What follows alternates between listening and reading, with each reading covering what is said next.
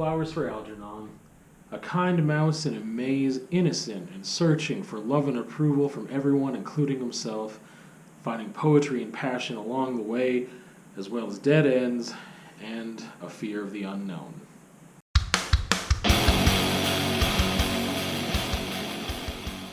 All right, Flowers for Algernon.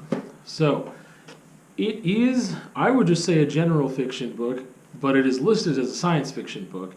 We'll get into that. I will also let you know there are spoilers later on. Of course, I'll let you know right before they happen, but there are spoilers later on in this.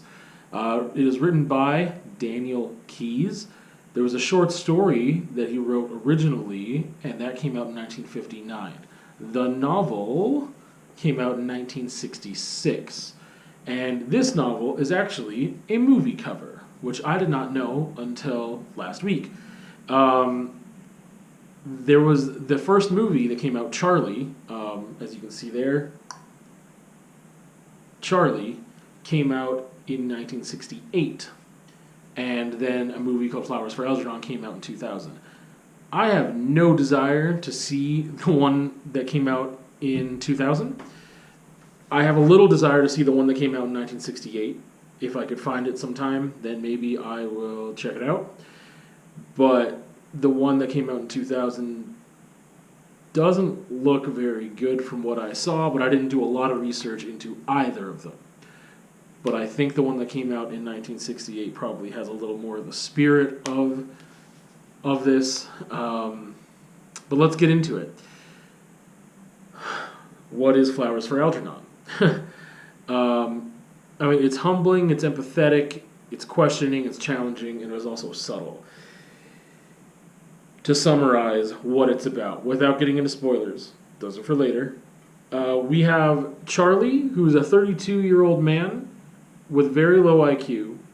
They tell you specifically what it is. I think it's like 68 or something. I don't even know what's supposed to be good for IQ, but it's low. He is a man, and he comes into contact with a mouse named Algernon, who has been going through some experiments to raise his IQ. And because they seem successful on the mouse, the scientists decided that maybe it was time to move on to a human subject. Charlie is that subject, the first human subject in this experiment. It is a story about morals and ethics and nature and nurture, amongst a lot of other things. But that is really all I can say to summarize the book. Going back to the sci-fi thing, it's interesting because Daniel Keyes even won awards, like the Hugo Nebula Award or whatever. There was like 2 awards he won that are like science fiction novel like awards. I don't understand how this fits into science fiction at all. In the 60s, I still don't get it. I think it probably makes a little more sense, but not a lot more sense for me. But that's what it is. It's a science fiction novel is what it's listed as. And winning those awards, it was framed as that and read as that and considered as that as a science fiction novel. I would say it's just a general novel, just general fiction. I think just because they have this like experiment that happens, that you don't get into like any crazy fantastical like, oh, he was bit by a radioactive spider. Like that sounds more science fiction-y than this does by far. They don't go into the details exactly of like what they did for the experiment, or we did a little bit of this. Like there's a little bit in there, but there's nothing like, to me, science fiction-y. And I enjoy science fiction, and I just don't know how this fits into there. So that's one interesting thing about it.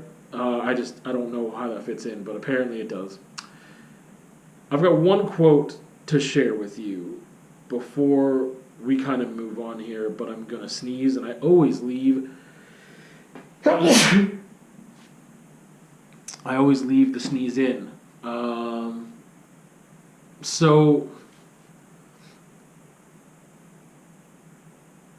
The quote. it's not meant for man to know more than was given to him. That's a quote from the middle of the book, from a very incredibly minor character that pretty much only shows up right then. And it's something to ponder, for sure. It definitely goes into that nature-nurture argument. It's one of the few times that I feel like something is very pointedly challenging you as a reader. I think that I mentioned the book is very subtle. I mentioned it's challenging and questioning, though. And, I think as a reader, you are challenged a lot by this book. And it's one of the reasons I love it. But it's subtle and it's soft and very gentle, the way that it challenges you. This is one of the only moments I can think of that it's here is a direct question, or here's a direct statement that is going to make you think about things and force you to ask questions and whatever else. That generally just doesn't happen here for the most part, which is a good thing. I think the way that it's written is just beautiful. But yeah, that's one thing that happens. And I think it's done well. It's just one of those few instances that I can point to say this right here, this is one of the major topics of the book. I think that it should be required reading for almost anybody. If you have a little bit of empathy in you as a human, which I think most of us do, I think you need to read this book. Just point blank, that's where we're at. If you are void of empathy, then there's no point in you wasting your time reading this book. If you don't mind being a little sad, because I think it's so human and so, again, gentle, and, man, it's just such a human book. That's the thing. It is such a human book. The experiences that Charlie has and other people have around him are just, incredibly human. So they definitely bring out a lot of opportunity to exercise empathy, and it humbles you as a reader. It has a very strong challenge to you, or several, but it is done in a subtle way. So I think that if you really enjoy a book that is going to challenge you, food for thought, getting existential, getting introspective, reflective, then this book is really, really, really for you. If that's something that you don't generally seek out, this book is still very, very for you, because you probably need a little bit of that, and I think the way that this does it is so natural. It's not some hardcore philosophy book, and that's just... It's funny, though, because the very first page before the book starts actually has, I think it's some Aristotle. Oh, maybe it's Plato. Let me double check here. It's Plato from the Republic, which makes a lot more sense after you've read the book, but it's not even a full page of writing. But it doesn't attack you. It doesn't force and push challenges on you in a strong way. There are strong challenges in a subtle way. So this is why I think it's required reading. I had to read it in high school. I was glad I did. I didn't read it again for years and years. I don't know how many years, maybe 10 years. When I was an adult, I had read it again, and it just got sadder. And then I read it again, and it just got more sad. I think upon this reading, which I think is my fourth reading, it wasn't as sad, but it was still a journey, and it definitely it pulls at the old heartstrings there for sure, and again, it challenges you, and I think that's what's really important. I would say this is an important book. Yes, this is a very important book. This is why I think it's required reading for anybody. It's why I think it's why it's on it's top shelf for me, top shelf book. It's, again, just beautifully written. So it's written through progress reports. It's kind of journal diary style writing. So it's all through first-person perspective through Charlie, which gets really interesting. But it doesn't feel like that sometimes because the journal entries fluctuate and can be fairly long.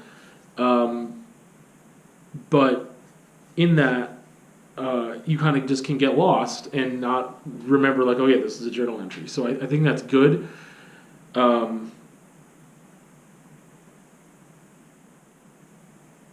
again, it is just, yeah, the writing in here is wonderful, beautiful. The character building, the plot, the ideas in here for the time. I mean, there's some praise for the book. Strikingly original, convincing, suspenseful, and touching.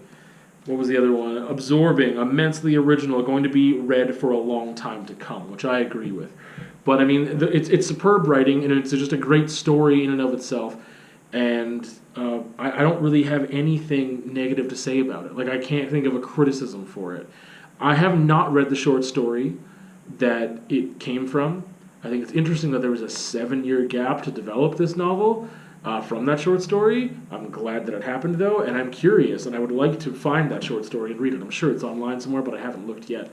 I would really like to get my hands on that because I think that would just be really interesting.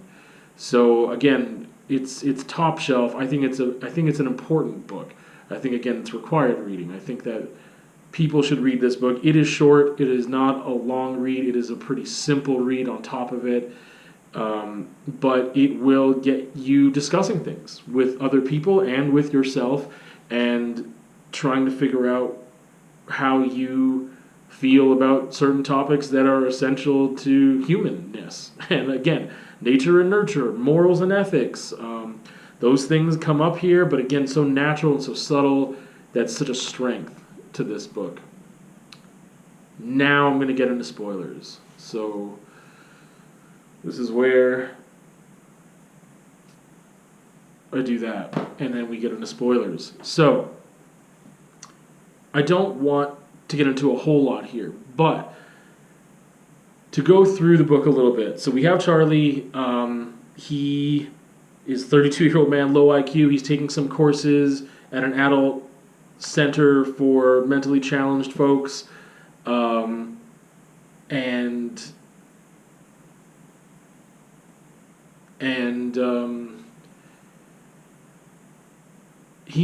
His sister has basically, she's the only one that they can reach. Some people want to do an experiment. His teacher kind of thinks that he's a good candidate because he is so eager to learn. He wants to learn really bad. And his sister is the person that they reach out to, next of kin, that they could find. And she gives permission for this to happen, which is one of those questions of ethics and morality, is like, how can you decide for this other person because they can't decide for themselves? And there's some of those things that make sense, like, yeah, you need to take care of this person because they necessarily can't do everything they need to by themselves, they can't make certain decisions by themselves in order to stay healthy, etc. So she opts for this to happen. He gets the surgery, the experiment happens, he gets way smarter than anyone ever, and with that, though, he realizes he's so emotionally immature and he can't handle these things, and he's like, his emotions are trying to catch up with his brain, and he like falls in love with his teacher, kind of like a reverse Nightingale effect, I guess. And then all that is taken away from him. Just to be brief, like, he loses his intelligence eventually, and he knows that he's slipping, and he finds the problem in their research and what they didn't account for and why he's slipping, because he kept the mouse, he kept Algernon, and was kind of monitoring his progress and realized, oh, he's declining. That's going to happen to me. And he struggles with that, of course. Like, that's such a huge thing of just like someone struggling with death, right? Like, this is a type of death. The Charlie that he has become, that he knows, that he is aware of, is going to die and be the other Charlie that he used to be, that he doesn't really want to be and doesn't really remember much of. And then there's this whole other thing that comes into play with memory, too. Is like, well, is it going to be okay because he's not going to remember anything anyway? But you don't know what he is going to remember and what he doesn't remember. But that's an agonizing existence for the time that he realizes that he is losing his intelligence and that he is going to wind up where he was before, or with possibly less IQ than he had before. And that he might not remember anything that happened. And it's just like, if he can't remember it, it brings up to this thing for me. Like when people say, "Oh, it's better to have loved and lost than not have loved at all." You're supposed to treat memories with a type of reverence and experiences with a type of